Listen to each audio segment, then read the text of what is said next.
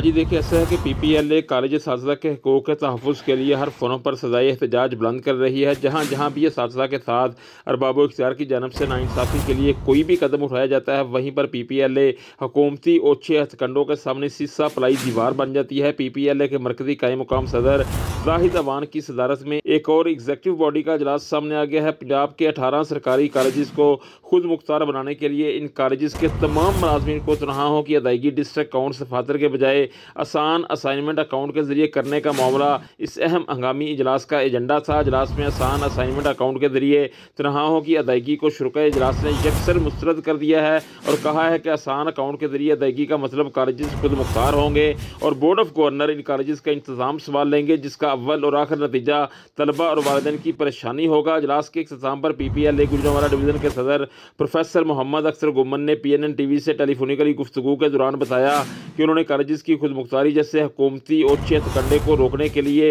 एक एहतजाजी प्रोग्राम तश्कील दे दिया है। प्रोग्राम के मुताबिक 8 नवंबर को साहिवाल, 10 नवंबर को पहलवानों के शहर गुजरांवाला, 11 नवंबर को शहर इकबाल सियालकोट, 13 नवंबर को सरगोदा, 15 नवंबर को फैसलाबाद, 16 नवंबर को रावलपिंडी और 17 नवंबर को डेरा गाजी खां में कॉलेजेस को खुद मुख्तार बनाने जैसे हुकूमती ओछे हथकंडों के खिलाफ भरपूर एहतजाज किया जाएगा। पीपीएलए के डिवीजनल सदर का मजीद कहना था कि अगर सूबाई हुकूमत ने अपने फैसले पर नज़रसानी ना की तो फिर 22 नवंबर को पंजाब भर के कॉलेज असातिज़ा लाहौर में सिविल सेक्रेटेरिएट के सामने एक रैली निकालेंगे। 8 नवंबर से 21 नवंबर तक इन 18 कॉलेजेस के सैकड़ों असातिज़ा अपने बाजुओं पर स्याह पट्टियां बांधकर अपने फ़राइज़ अदा करेंगे। जी।